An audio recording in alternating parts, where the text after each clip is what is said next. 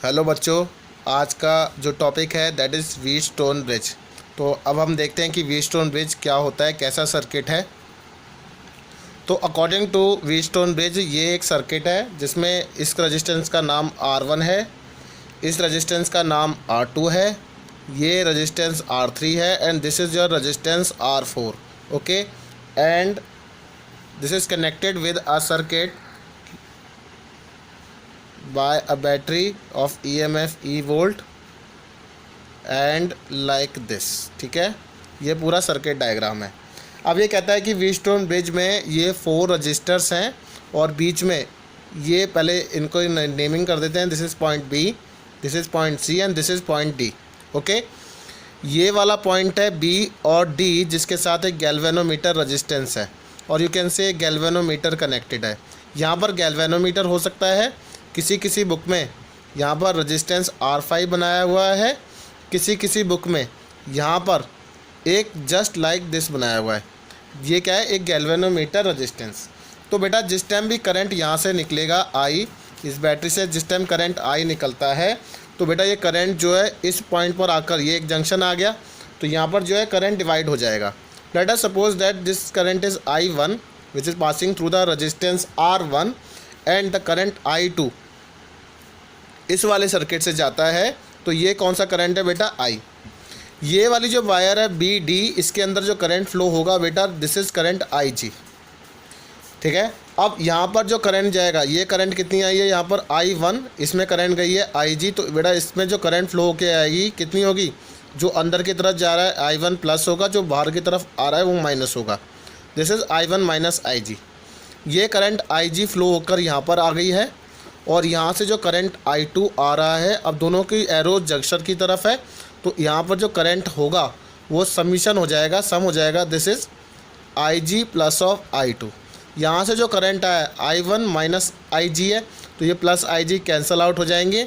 This is I1 plus I2 मिलकर जो बनेगा this is equals to I। तो कहता है कि व्हीटस्टोन ब्रिज क्या है? कहता है कि ये एक बैलेंस्ड व्हीटस्टोन ब्रिज सर्किट बनाने के लिए कि सर्किट को बैलेंस करना है तो कहता है पोटेंशियल जो डिफरेंस है अक्रॉस द गैल्वेनोमीटर वो क्या होना चाहिए? ज़ीरो। क्या होना चाहिए बेटा? ज़ीरो। और IG की जो वैल्यू होगी वो भी किसकी बराबर होनी चाहिए? ज़ीरो। तो देखिए यहाँ पर एक स्टेटमेंट है, उसको हम रीड करते हैं।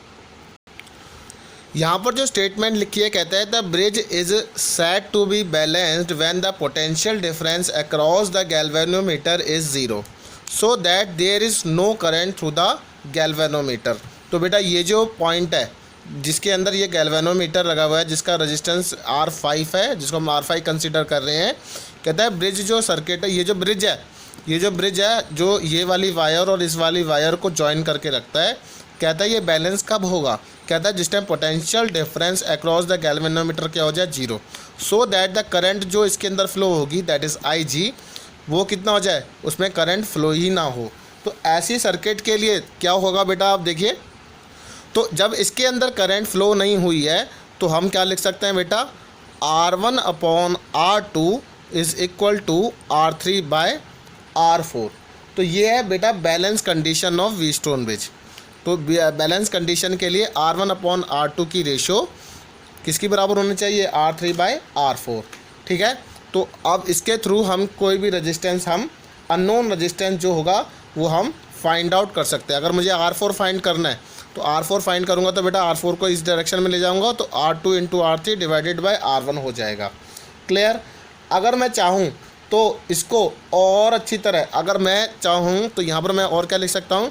कहता है when potential across VB equals to VD हो जाए और करंट IG किसकी बराबर? ज़ीरो हो जाए, that is IG equals to zero हो जाए, then R1 upon R2 equals to R3 by R4 भी लिखा जाता है।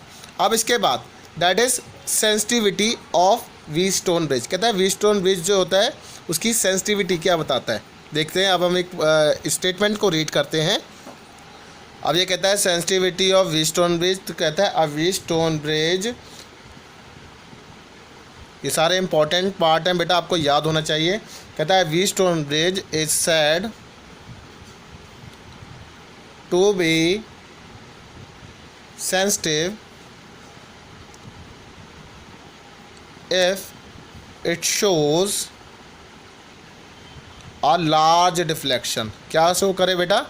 लार्ज डिफ्लेक्शन जिस टाइम शो करता है इन द गैल्वेनोमीटर। गैल्वेनोमीटर को बेटा मैंने जस्ट ऐसे लिखा है, in the galvanometer for small change of resistance, small change of resistance in the resistance arm।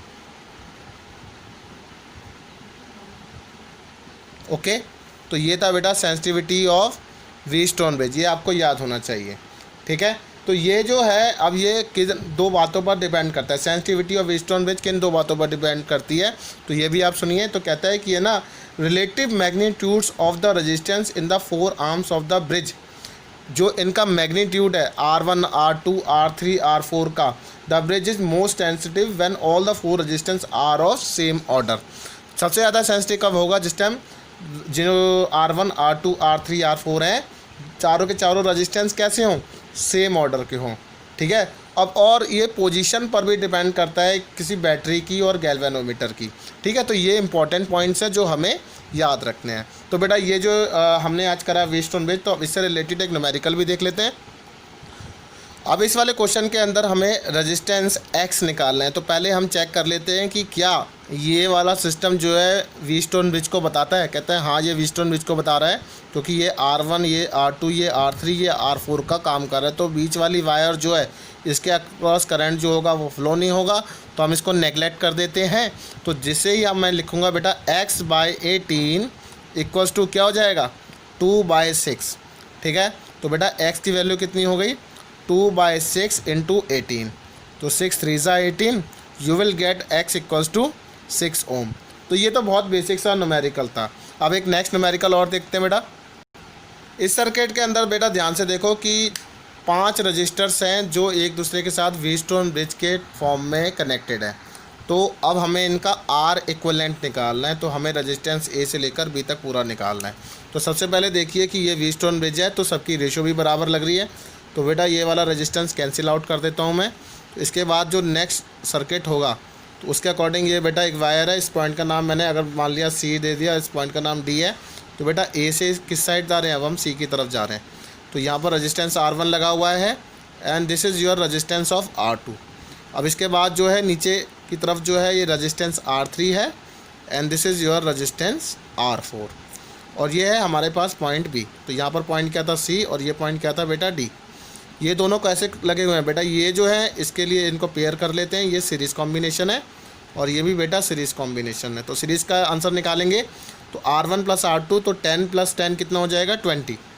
तो this will equal to 20 ohm. तो यहाँ R12 की वैल्यू आ जाएगी 20 ohm and this will equal to R34 which is also 20 ohm. तो ये भी value कितनी निकल के आती है? 20 ओम की बराबर आती है। तो अब देखो ये दोनों कॉम्बिनेशन कैसे लगे हैं पैरेलल में। तो बेटा अब लास्ट जो निकलेगा 1/RAB which is equals to कितना? 1/20, 1/20, you will get 2/20 which is equals to 1/10। तो बेटा RAB की वैल्यू कितनी आ गई? 10 ओम। तो इस तरीके से व्हीटस्टोन ब्रिज पर रिलेटेड क्वेश्चन पूछे जाते हैं। आई होप कि आपको ये लेक्चर समझ में आता है। अगर कोई भी क्वेरी है please contact me on my number. Thank you very much.